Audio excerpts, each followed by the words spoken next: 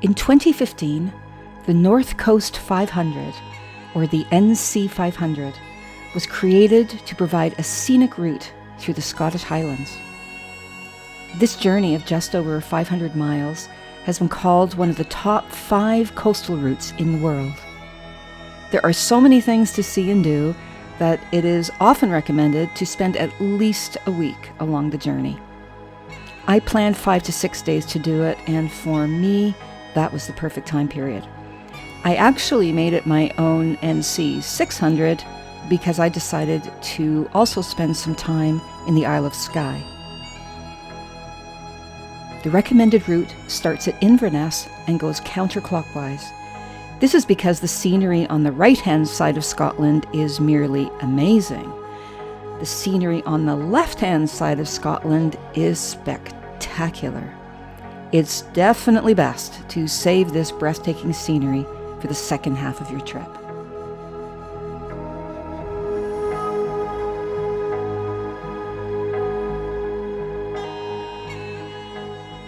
On the first day, I drove north from Inverness. The Glenmorangie Distillery was the first landmark, a true icon of single malt Scotch. Legend has it that a 16th century Spanish galleon had shipwrecked just off the coast where the distillery is located. It was laden with treasure and one of the many ships lost in that area. The distillery has been located there for over 170 years. I am a lover of single malts. My favorite is Penderyn, which is made in Wales. Sorry, Scotland.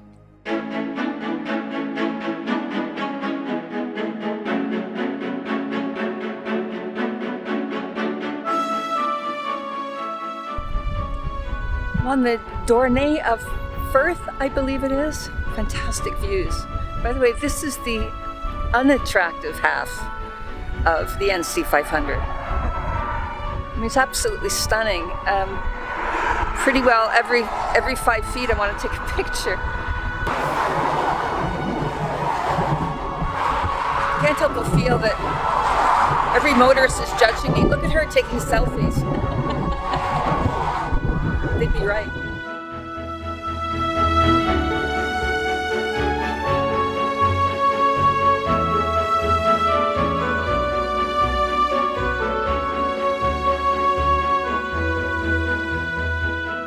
I did have a glance at Dunrobin Castle, the largest castle in the Highlands. But frankly, I lived in Edinburgh and now live in Wales. It's going to be hard to impress me too much with a castle anymore. And look at these clouds in the Highlands. Never have I seen such gorgeous clouds like these. And considering it rained just one day in my whole week up in the Highlands, I got to enjoy them the entire time that I was there.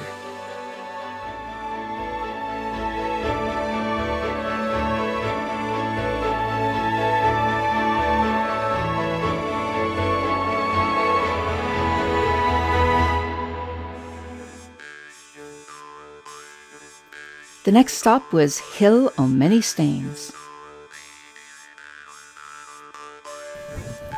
Right, I'm at the Stones. There's literally no parking here. I'm literally the only person here, which makes it kind of interesting. Okay, do you want to see Scotland's Stonehenge? Prepare to be underwhelmed. It does have about 200 upright stones that are believed to be a relic of the Bronze Age times. Some have thought they were a Bronze Age lunar observatory, tracking lunar movements over an 18-year cycle. Right, back in the car, off to the next site. It's going to be hard to beat this one, though. Sarcasm? John O'Groats is a well-known northeastern place at the top of the map.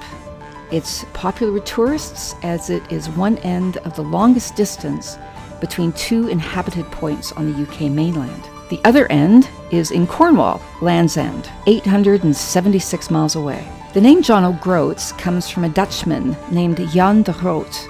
He was from the 15th century, and he used to run the ferry from the mainland to Orkney. He had 7 sons, but they did not get along with each other. So he built a famous house with 8 sides to it. Each side had its own door.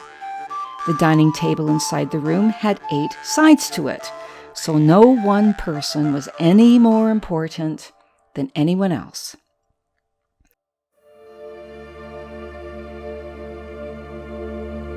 Dunnet Head, and not John O'Groats, is the most northern point of the UK mainland.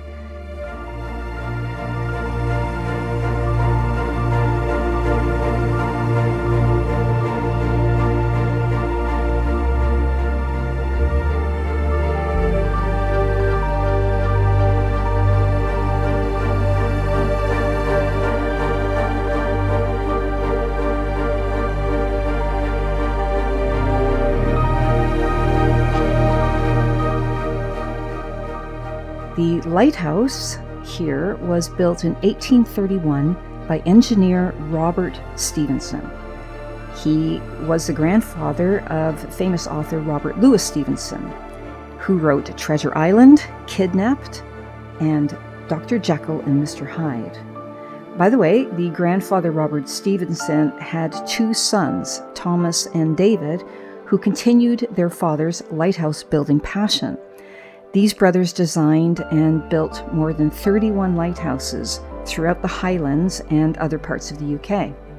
One of their most dramatic lighthouses is Bell Rock. It was built in 1810, and the job was so well done, the original masonry is still in existence there today.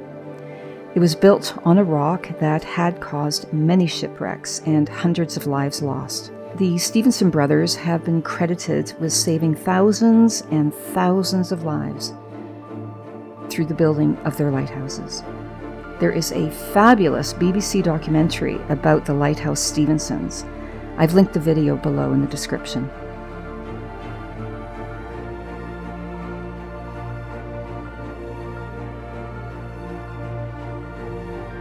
I also briefly visited Scrabster Harbour.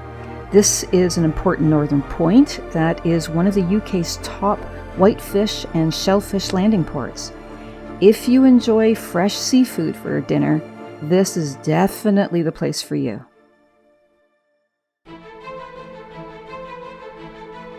Now the roads are getting narrower and narrower. There were 2 days of driving where I spent about 5 hours on the road and only drove 80 or 90 miles. They become extremely narrow in many places. You have to stop and go to the side and let people by before you can proceed. But you can't rush some of the places you want to go to.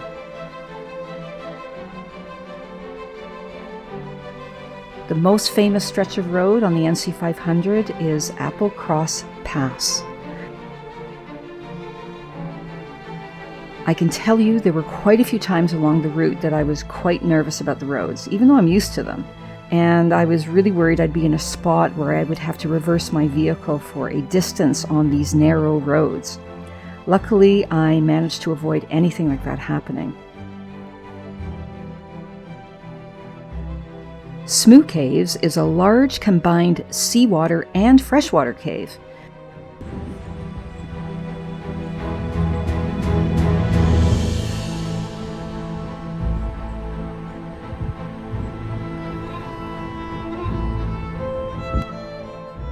The first chamber at the caves was formed by the action of the sea.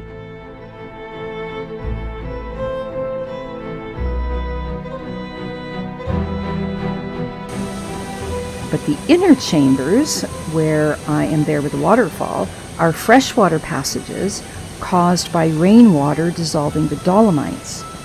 Partway through the cave is the Alt Smoo. That is the 66-foot high waterfall.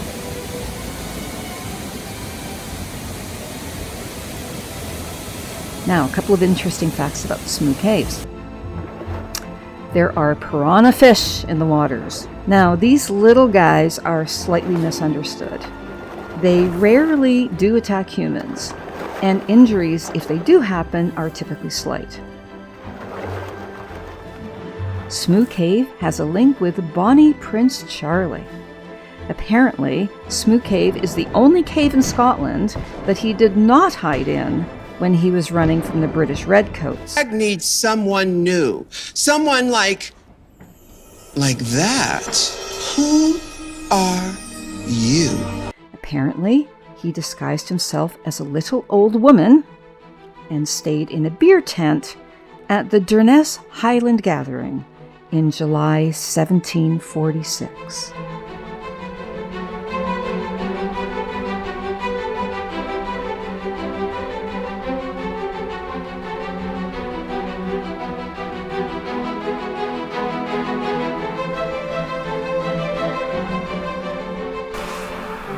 Guess it's day 3, day 4? I can't remember. I've lost track. It's Thursday.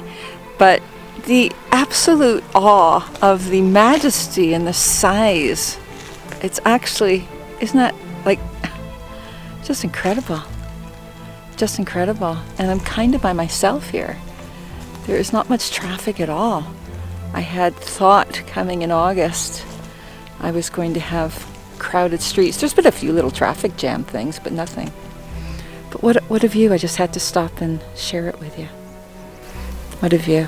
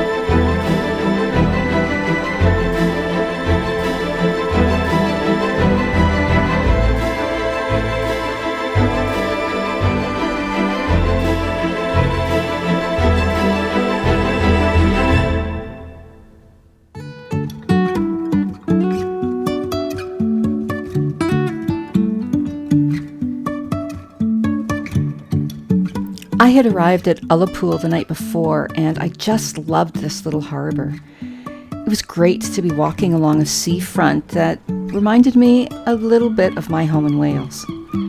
This was also the largest place I had visited in the past week.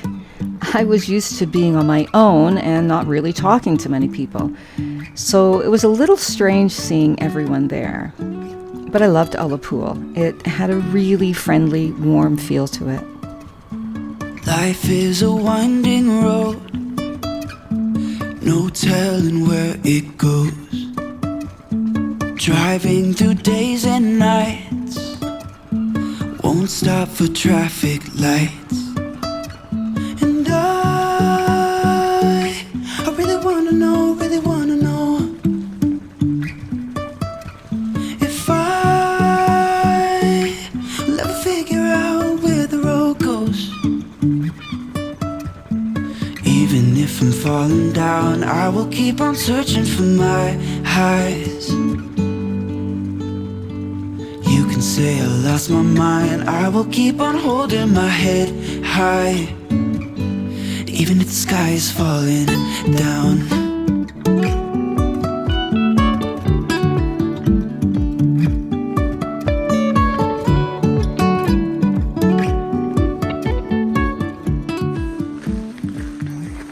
the woodland hike up this nature reserve, Beinn something.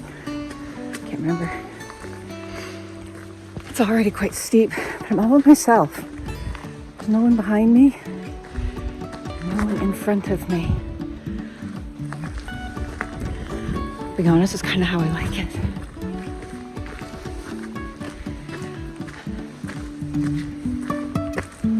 Life is a winding road, no telling where it goes.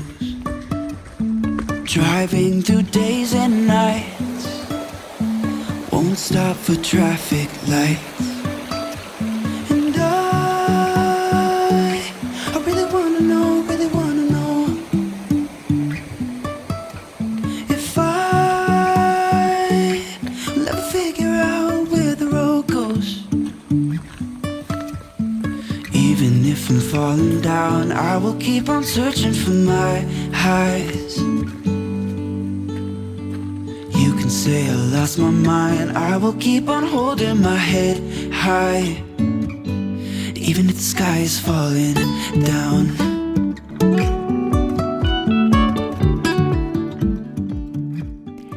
This reserve is also home to Scotland's most secretive and rare wildlife, including the golden eagle,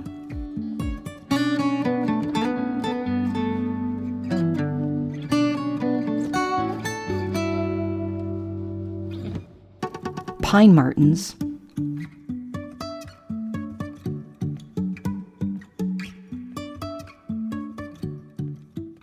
and Highland tiger wildcats.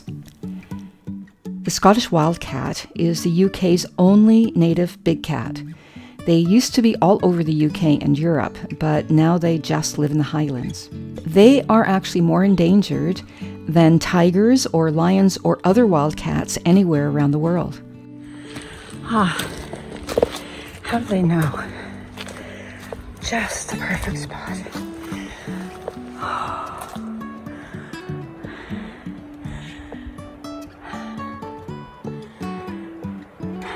Dare I say it? This looks a lot like Canada. Especially these birch trees. Gorgeous.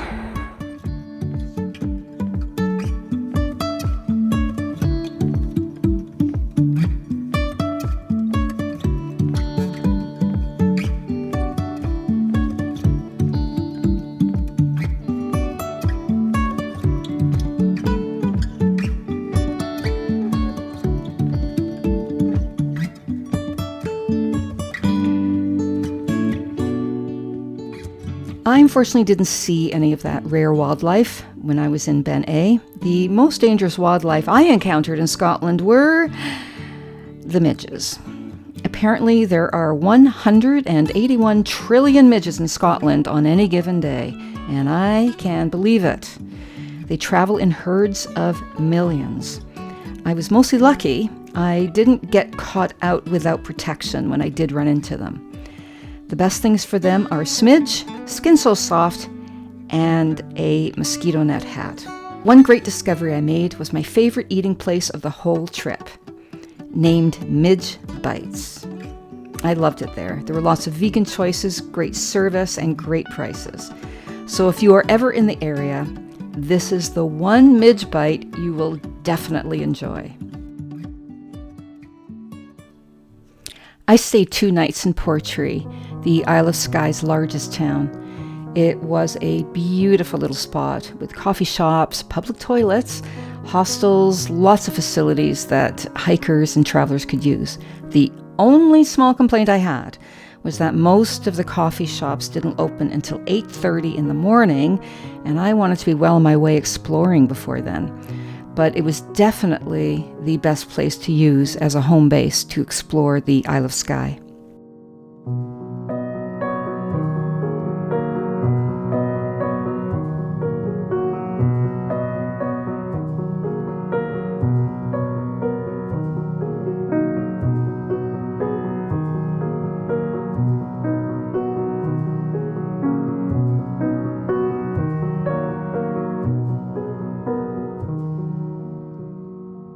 The Clouds gathered over Portree when I arrived, and sure enough, the rain came down when I went to the old Man of Storr. This is probably the most famous walk on the island and one of the most photographed landscapes in the world.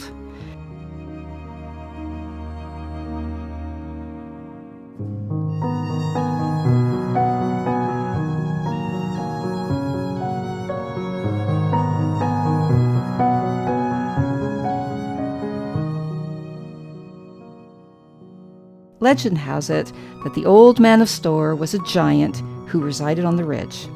When he was laid to rest, his thumb remained partially above the ground, and this is what we all climb up the mountain to see for ourselves. For movie buffs, it has featured in Hollywood several times. The original Wicker Man, Prometheus,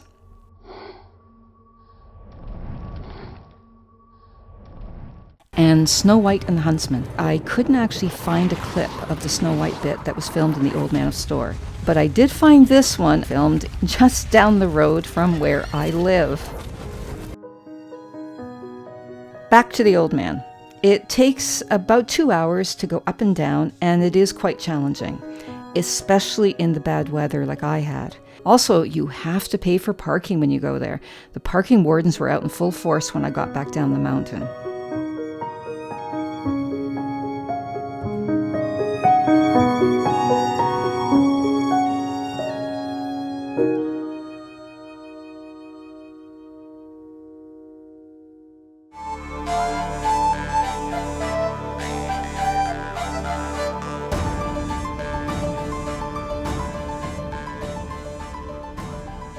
I then went to the other side of the island to Fairy Glen.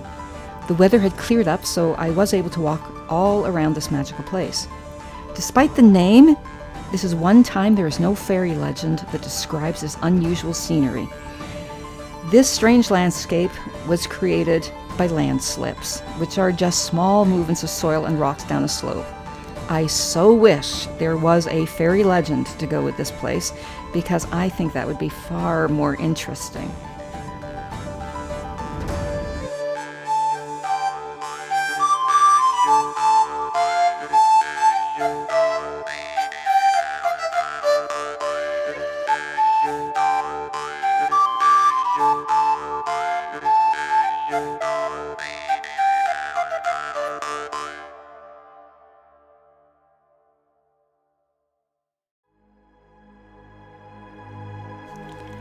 That was my magical journey along the NC500, or 600 in my case. I would love to go back one day to visit some of the surrounding islands. There's so much I didn't visit. I could easily spend another week exploring.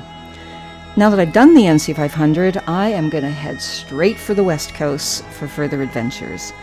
Hopefully that will happen in the not too distant future. I don't use the phrase bucket list. It refers to doing something on an arbitrary list before you die.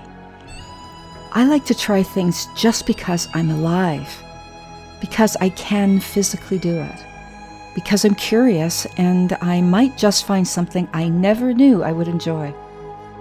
My goal is to create memories of living the best way I know how.